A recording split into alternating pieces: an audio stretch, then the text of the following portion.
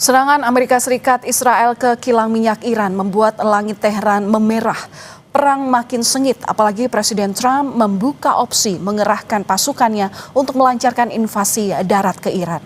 Dan untuk membahasnya, sudah ada pakar hukum internasional Universitas Indonesia, ada Prof. Hikmahanto Juwana. Selamat malam Prof, apa kabar?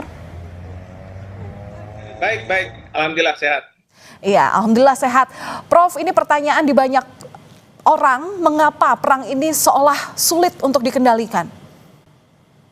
Ya, sulit dikendalikan karena ada 5 faktor. Pertama adalah stamina, dalam artian alutsista, rudal, kemudian juga pesawat tempur dari pihak-pihak yang berperang ini masih tinggi dan anggaran masih memadai.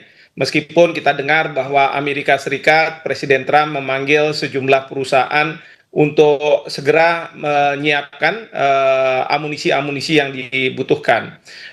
Sementara kita lihat bahwa Iran kelihatannya dia sudah mempersiapkan sejak lama memang. Mungkin sejak Iran diembargo oleh Dewan Keamanan PBB, bahwa dia tahu bahwa dia akan menjadi objek bagi Amerika Serikat maupun Israel, sehingga mereka sudah menyiapkan berbagai alutsistanya, persiapan rudal dan lain sebagainya. Bahkan sebelum perang terjadi, Iran sudah melakukan komunikasi dengan Rusia, dan yang saya lihat di berita ada sejumlah pesawat angkut militer Rusia yang datang ke Iran, mungkin juga membawa rudal dan lain sebagainya. Jadi masalah stamina ini masih dalam posisi yang sangat tinggi. Yang kedua adalah dukungan. Nah, memang masing-masing negara kalau mereka mendapat dukungan yang kuat dari rakyatnya, dari politisnya, maka mereka akan tetap akan berperang. Kita tahu di Amerika Serikat kemarin ada permintaan dari Senat karena seharusnya serangan ini dikonsultasikan ke Kongresnya, ya, persetujuan, tetapi resolusi ini gagal. Tapi saya lihat juga di sebagian rakyat Amerika mempertanyakan perang ini sebenarnya perang untuk kepentingan siapa sih? Apakah kepentingan Amerika atau kepentingan Israel? Demikian Israel. Kalau Israel, partai oposisinya mereka mengatakan bahwa ini karena berhadapan dengan musuh yang sama, maka mereka bersatu. Sementara Iran setelah meninggalnya, tewasnya pemimpin besar mereka Ali Khamenei, maka justru bukan membuat mereka melemah seperti yang diharapkan oleh Presiden Trump, ya, sehingga siapapun penggantinya akan bisa didikte oleh beliau, tetapi justru membuat kuat dan juga militansi dari sebagian rakyat Iran. Nah, jadi ini dukungan dari publik itu sangat penting. Dan yang ketiga, yang juga perlu diperhatikan adalah seberapa banyak negara-negara yang tadinya tidak terlibat akan terlibat. Karena sekarang ini kita lihat misalnya Inggris, Prancis sudah menyiapkan diri untuk digunakan pangkalannya, walaupun mereka berjanji tidak akan mengirim pasukan pesawat tempur untuk menyerang Iran. Meskipun Amerika Serikat, Inggris, dan lain sebagainya, mereka terikat dalam perjanjian NATO, ya. Harusnya serangan terhadap Amerika berarti serangan juga terhadap mereka, tapi mereka tidak mau. Bahkan Spanyol itu menolak. Sementara negara-negara Teluk awalnya marah sama Iran karena mereka mau menyerang, tapi sekarang karena ada permintaan maaf dari Presiden Iran kepada negara-negara Teluk yang menyasar mungkin serangan itu ke berbagai yang bukan pangkalan militer Amerika Serikat di negara tersebut, itu sekarang sudah mulai melunak. Nah, tapi kita lihat juga bahwa Iran ini mungkin didukung oleh Rusia dan kemudian juga oleh Cina, karena Cina tidak ingin Iran itu jatuh di tangan Amerika, lalu kemudian bisa didikte seperti kayak di Venezuela, yang salah satunya adalah tidak diperbolehkan menjual minyak ke Cina.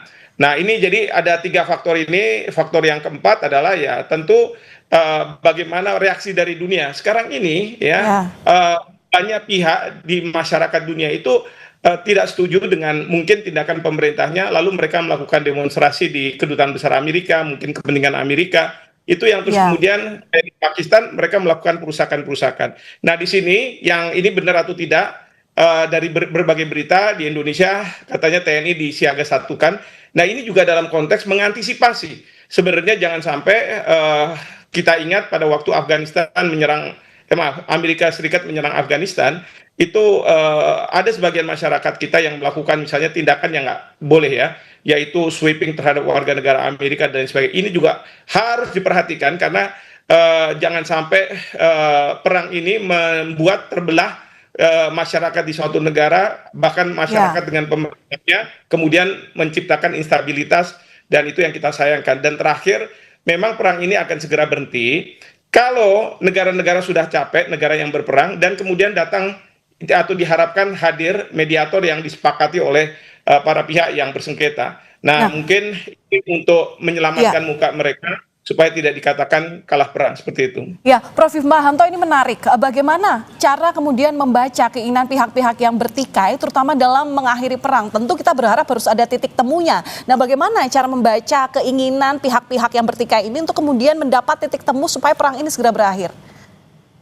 Ya, kita bisa lihat dari apa yang disampaikan oleh para pemimpin dari mereka yang berperang ya. Saya melihat misalnya Donald Trump mengatakan bahwa ada pihak Iran, kita tidak tahu siapa, yang berkomunikasi dengan pihak Amerika Serikat untuk berunding, bernegosiasi.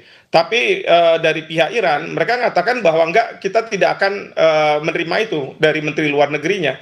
Jadi ini menunjukkan bahwa ada mungkin harapan dari pihak Amerika Serikat, ya, bahkan Amerika Serikat mengatakan, oke lah, pakai aja sistem mullah, nggak apa-apa. Yang penting Anda mau saya dikte. Kira-kira seperti itu, karena Presiden Trump bilang bahwa beliau ingin ikut di dalam proses pemilihan pengganti dari Ali Khamenei.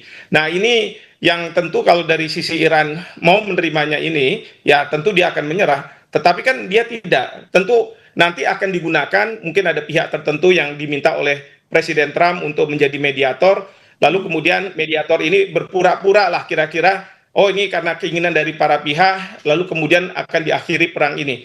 Nah, tapi yang saya lihat bahwa saat sekarang ini Iran dengan tegas mengatakan bahwa dia tidak menghendaki hal tersebut. Dia akan menghadapi Amerika Serikat dan kelihatannya percaya diri bahwa alutsista mereka, radar, rudal, dan lain sebagainya itu masih banyak, walaupun sekarang ini sedang dilumpuhkan oleh pihak Amerika Serikat maupun pihak Israel. Nah, oleh karena itu sekarang ini memang pasukan darat itu harus dikirim. Tapi oleh Amerika Serikat, Presiden Trump, beliau juga khawatir. Karena kalau pasukan darat yang dikirim, itu akan banyak prajurit Amerika Serikat. Karena tidak tahu medan, belum selesai semuanya, itu yang akan bertempur dengan pasukan Iran yang kita tidak tahu jumlahnya, mungkin lebih besar begitu ya.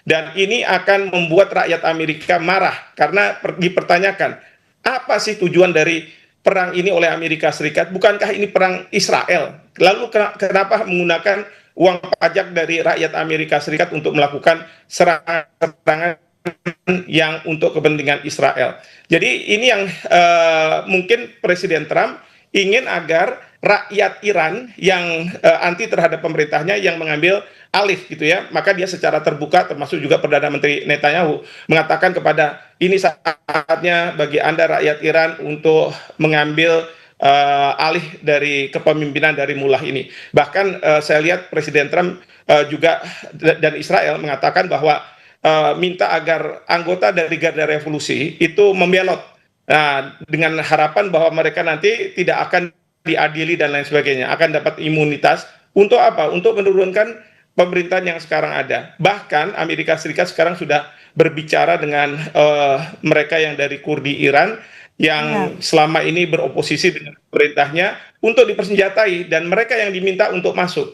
Jadi ini menurut saya ini ada kelicikan-kelicikan dalam perang seperti ini ya, di mana bukan kombatan dengan kombatan yang harus berhadapan, tapi rakyat dipecah belah, lalu kemudian mereka dipersenjatai untuk melawan pemerintahnya sendiri. Seperti itu. Oke, Prof, singkat saja ini, apakah ada kemungkinan adanya kudeta dari dalam Iran? Apalagi Anda tadi mengatakan bahwa Amerika Serikat ini sedang negosiasi dengan kelompok oposisi Kurdi.